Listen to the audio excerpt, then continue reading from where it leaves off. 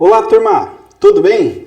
Turma, iremos falar na aula de hoje sobre conceitos de potência e também sobre o fator de potência, que é um critério aí que deve ser observado, né, de forma muito clara aí, porque tem legislação que traz aí algumas limitações, né, e a gente deve conhecer muito bem, além das potências, obviamente, mas saber interpretar o que é esse fator de potência no sistema elétrico, tá? Então, espero que vocês consigam absorver bem o conteúdo dessa aula de hoje.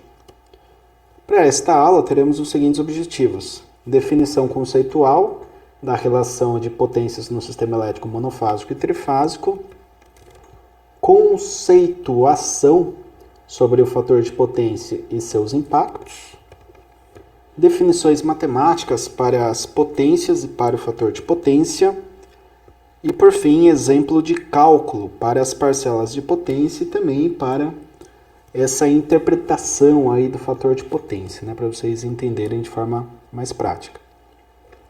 Muito bem, definição de potência.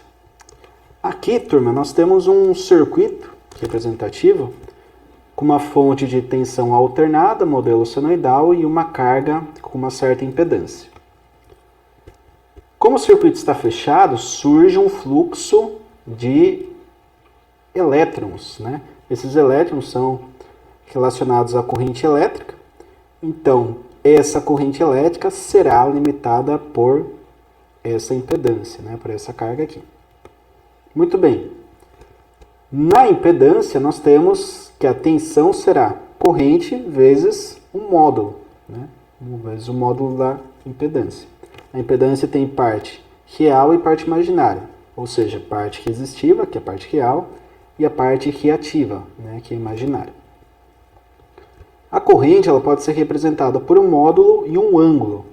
Esse ângulo da corrente ele é muito importante quando a gente vai analisar as parcelas de potência, tá, do sistema elétrico.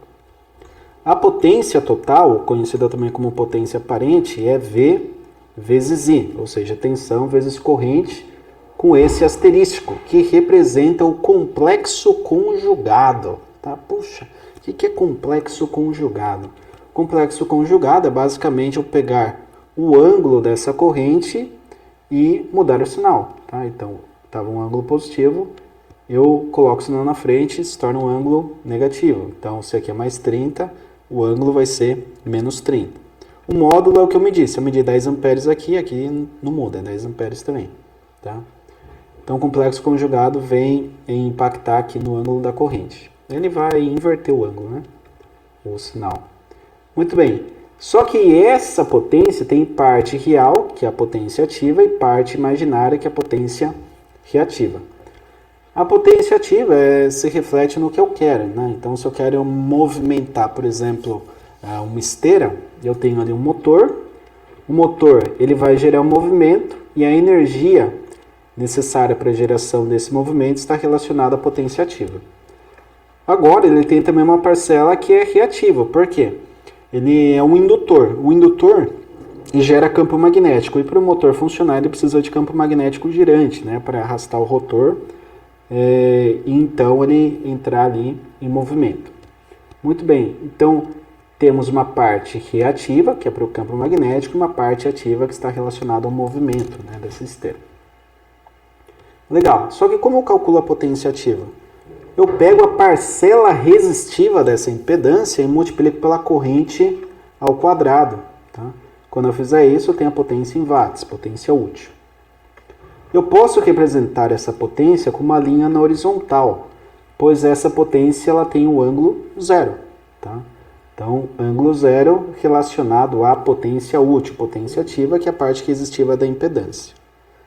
Tenho também a potência reativa, que está relacionado à reatância dessa impedância, né, a parte indutiva. A reatância ela pode ser indutiva ou capacitiva. Tá? Então, nós temos aqui que a potência reativa ela vem na vertical, mas o seu modelo fasorial é módulo com ângulo mais ou menos 90. Nesse caso, está para cima por quê? Porque no nosso exemplo, aí, né, numa esteira, seria um motor, uma carga indutiva. Então, temos potência reativa positiva. Ela é positiva para o indutor e negativa para o capacitor. Agora, se eu fechar esse triângulo, né, que temos aqui linha horizontal e linha vertical, fechando o triângulo temos a hipotenusa. A hipotenusa é a potência aparente, ou a potência total, que é fornecida aí pela fonte. Entre a hipotenusa, potência aparente, e potência ativa, né, nós temos o ângulo da corrente. Tá? E podemos definir, através desse ângulo, equações para calcular a potência útil, por relação trigonométrica, né, bem como a potência reativa. Tá? Então, potência útil está relacionada ao cateto adjacente, então multiplico o cosseno, e a potência reativa está oposta ao ângulo, então multiplico pelo seno. Muito bem. Aqui temos aí a análise agora do fator de potência, tá? Então a potência que nós vimos ali, né, toda aquela formulação, potência aparente, potência ativa, reativa, formulação está aqui. Mas agora, né, como eu já conheço o triângulo das potências, né, e eu tenho a definição de potência aparente como seno e hipotenusa, né, eu posso colocar aqui o modelo de Pitágoras, né, o quadrado aqui, a soma do quadrado dos catetos é igual a hipotenusa ao quadrado, né, eu extraio a raiz, tem o valor da hipotenusa. Com o dado de hipotenusa e com o dado de potência ativa, eu defino o fator de potência, né, o fator de potência é potência útil dividido por potência aparente. Tá? Então, o que representa o fator de potência? É importante que vocês entendam essa parte. O fator de potência, ele representa a quantidade de potência total que de fato está se transformando num fenômeno desejado. No nosso caso, a movimentação de uma esteira. Né? Então, quanto dessa potência é utilizada para movimentar a esteira? Supondo 60%. Né? Então, se é 60%, se a potência aqui, para ficar fácil aqui, né? Vamos adotar aqui. Se a potência aparente é 10K, a potência ativa é 6K, né? Pois 6 dividido por 10 dá 0,6, que equivale a 60%. Mas quanto mais próximo o P for do S, melhor é.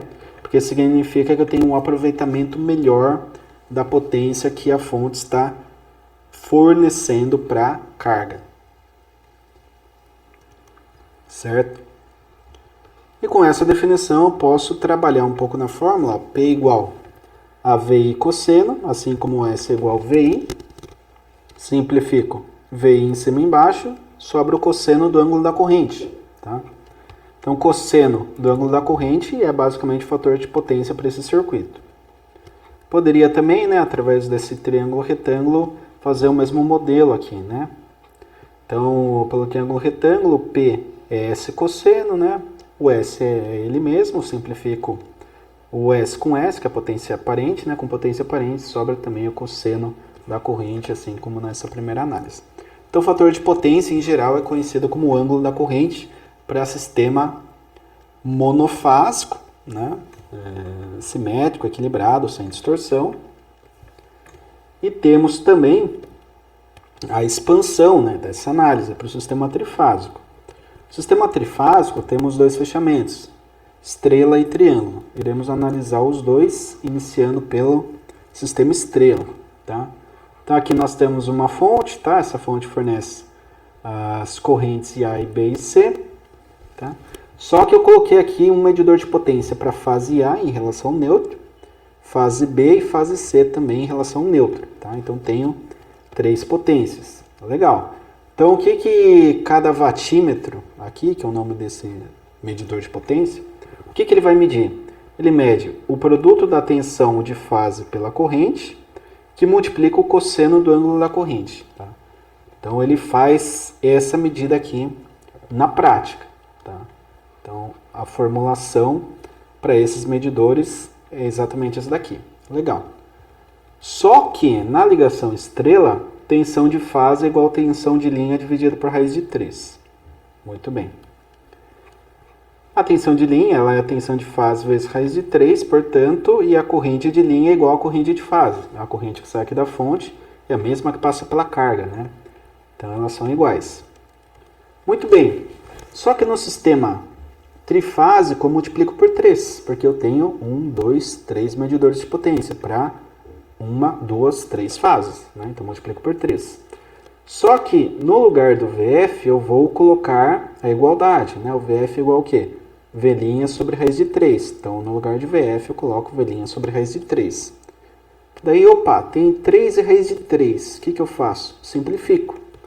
E surge um raiz de 3. Tá? Portanto, esse raiz de 3 vai multiplicando aqui a corrente e o cosseno, né?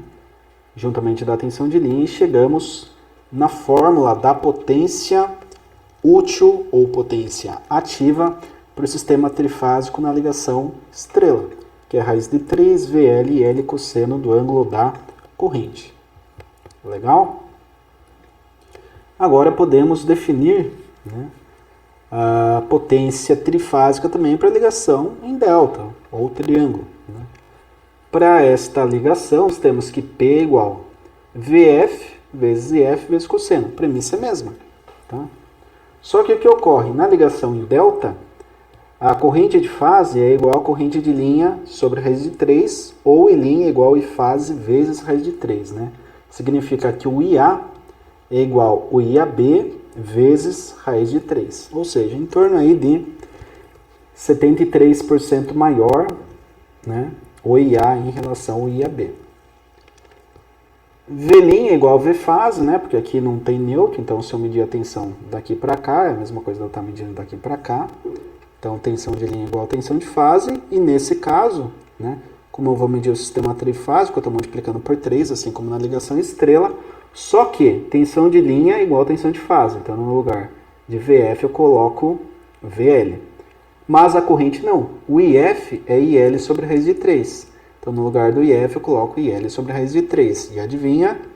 3 simplifica com raiz de 3, sobra raiz de 3 e, portanto, a potência ativa ou potência útil na ligação em delta também é raiz de 3 VL cosseno do ângulo da corrente. Tá? Então tenho a mesma formulação para a potência ativa na ligação estrela e na ligação triângulo. Legal. Como visto anteriormente, as fórmulas de potência ativa para a ligação estrela e delta são as mesmas. Portanto, conclui-se que, independente do fechamento do circuito, o consumo de potência é o mesmo. Tá? Então não há relação, vou ligar em delta para consumir menos. Não, vou ligar em estrela para consumir menos. Não tem isso. Se eu ligar em estrela ou em delta, um motor de, por exemplo, 10 kW, ele vai consumir 10 kW nas duas ligações. Tá? Então o formulário ficou da seguinte forma: potência ativa, que já vimos, né? Potência reativa, eu pego a potência ativa e mudo o cosseno pelo seno do ângulo da corrente. Só isso. Potência aparente, não tem seno nem cosseno aqui, e a corrente tem o complexo conjugado, né, que eu pego o ângulo dessa corrente e mudo o sinal do ângulo. Tá? Se ele é um ângulo positivo, ele se torna negativo. Se ele é negativo, ele se torna positivo. E o fator de potência, que é a potência útil dividido pela potência aparente. Legal. Agora nós temos o exemplo de cálculo. Tá? Para trazer aí uma aplicação, né, onde isso daí ocorre. Muito bem. Considere uma carga trifásica que consome 30 amperes, tá? Em 380 volts com fechamento estrela. Muito bem. Sabendo que a carga é fortemente indutiva e que a corrente está 60 graus atrasada da tensão, pede-se potência aparente, potência ativa, potência reativa e fator de potência. Tá? Então pede-se tudo que a gente estudou. Legal. Só aplicação de fórmula. Tá? Potência aparente, quero calcular o módulo. Nesse momento eu não vou trabalhar com o ângulo, então esse complexo conjugado não vai ter tanta diferença para nós. Né? Ou para nós, o que eu tenho aqui? Eu tenho raiz de 3 vezes tensão de linha, que é 380, vezes corrente de linha, que é 30. Fazendo esse produto, eu chego em 19,73 kVA.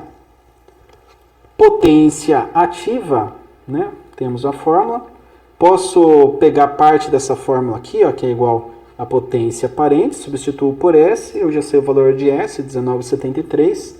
Basta colocar aqui o ângulo da corrente, né, que é 60 graus.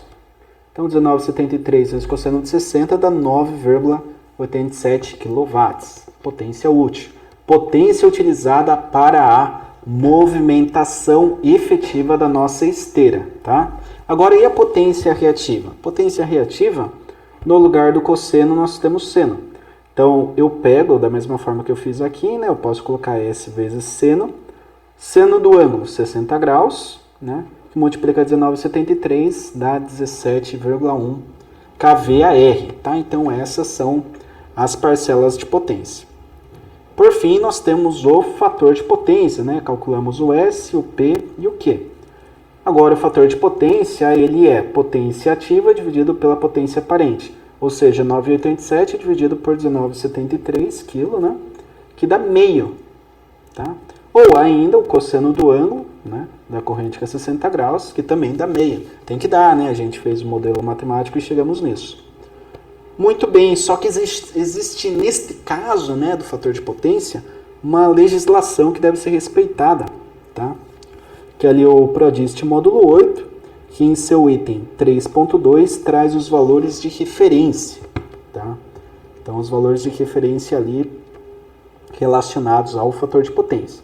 Então, no item 3.2.1 é dito o seguinte: para a unidade consumidora ou conexão entre distribuidoras com tensão inferior a 230 kV, o fator de potência no ponto de conexão deve estar compreendido entre 0,92 e 1 indutivo ou 1 e 0,92 capacitivo de acordo com regulamentação vigente. Então, isso que eu comentei ali no início da aula, né? É importante que vocês tenham esse conhecimento, que o fator de potência ele deve variar de 0,92 até 1, né, indutivo, ou de 1 a 0,92 capacitivo, pois se eu estou fornecendo, que nem o nosso caso, tem um aproveitamento aqui de 50% da potência, tá?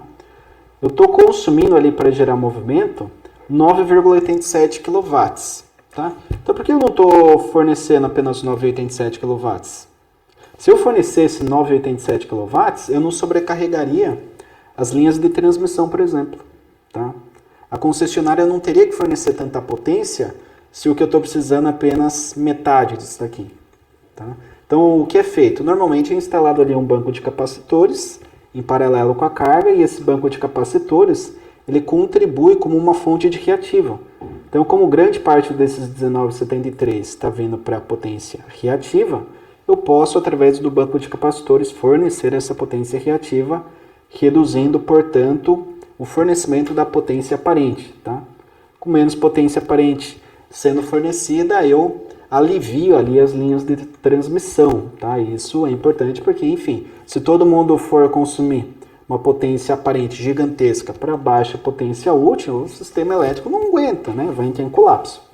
Então, por isso que tem essa normativa aqui que regulamenta, né, a questão aí do fator de potência, que de fato é algo muito importante e deve ser levado em consideração nos projetos.